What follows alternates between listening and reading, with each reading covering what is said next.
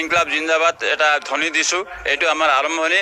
আমি যি ধৰণে গণতান্ত্ৰিক আন্দোলন কৰিবলগীয়া হয়, আমি চৰকাৰক বাধ্য কৰিবৰ কাৰণে যিখিনি কৰ্ম কৰিবলগীয়া থাকিব গণতান্ত্ৰিক উপায়েৰে সেই সকলো কৰ্ম আমি কৰিব। বিশেষকৈ আমি সামান্যতম আচৰিত খাব দিনত 300 টকা আমি হাজিৰাৰে ইতিমধ্যে কাম কৰিবলগীয়া হয়।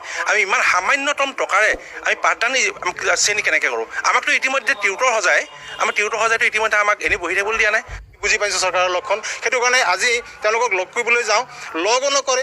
আমি MLA হতুৱাই মুখ্যমন্ত্ৰীক লগ কৰিব যাওঁ, মুখ্যমন্ত্ৰীয়ে লগ নিদিয়ে। MLA কয় আপোনালোকৰ কথা ক'লে আমি গালি খাব লাগিব মুখ্যমন্ত্ৰী বুলি কয়। শিক্ষামন্ত্ৰীৰ ওচৰত যাওঁ, মোৰ লগত কোনো ডিচিশ্যন নাই, কোনো আপোনালোকৰ বিষয়ে একো ডিচিশ্যন হোৱাই নাই বুলি কয়। আৰু আমি যদি বিষয়াৰ লগত যাওঁ, আপোনালোকৰ মেমৰ নাম ল'লে আমি গালি খাব লাগিব, আপোনালোকে পোষ্টত বাই পোষ্ট কৰি মেমৰ নাম পঠাওক বুলি কয়। গতিকে এনেকুৱা এটা এলাগী কৰি আমাক থৈ দিছে, আমাৰ লগত কথাই পাতিব নিবিচাৰে। গতিকে তেওঁলোকৰ লক্ষণটো আমি বুজি পাইছোঁ। তেওঁলোকে আমাক টিউটৰৰ পৰা টিচাৰ নকৰে। গতিকে তীব্ৰ গণসংগ্ৰামৰ অবিহনে, তীব্ৰ সংগ্ৰাম গঢ়ি তোলাৰ অবিহনে আমি টিচাৰ হ'ব